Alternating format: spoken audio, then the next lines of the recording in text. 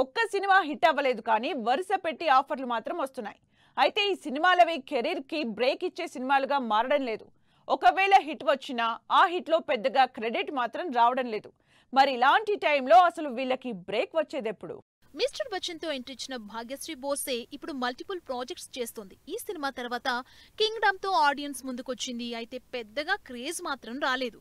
దాంతో ప్రస్తుతం దుల్కర్ తో కాంతా సినిమా, అఖిల్ తో లెనిన్ సినిమా చేస్తోంది. ఈ సినిమాలైనా భాగ్యశ్రీకి బ్రేక్ ఇస్తాయేమో చూడాలి. ప్రియాంక అరుళ్ మోహన్ గ్యాంగ్ లీడర్ లో నానికి జంటగా నటించిన ఈ క్యూట్ హీరోయిన్ కి తెలుగులో మంచి క్రేజ్ ఉంది. సినిమాలు చేస్తున్నా అంతగా వర్కౌట్ కాలేదు. అందుకే కెరీర్ కి కావాల్సిన సరైన బ్రేక్ కోసం చూస్తోంది. నెక్స్ట్ మంత్ రిలీజ్ కి రెడీ అవుతున్న పవన్ కళ్యాణ్ ఓజీ మీదే ఆశలు పెట్టుకుంది. ఓజీ హిట్ అయిందంటే సౌత్ లో బిజీ అయిపోవచ్చని చూస్తోంది. శ్రీనిధి శెట్టి కూడా అంతే. కేజీఎఫ్ తో కావాల్సినంత క్రేజ్ సంపాదించుకున్న కెరీర్ ని నెక్స్ట్ లెవెల్ కి తీసుకువెళ్లే సినిమా మాత్రం రాలేదు.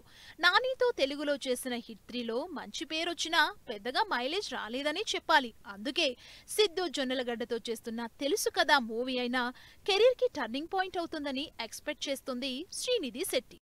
సంయుక్త మీనన్ కూడా వరుసగా హిట్ సినిమాలే చేస్తోంది తెలుగులో. భీమ్లా నాయక్ నుంచి మొదలుపెట్టి బింబిసారా, విరూపాక్ష లాంటి సక్సెస్ఫుల్ సినిమాలు చేసింది.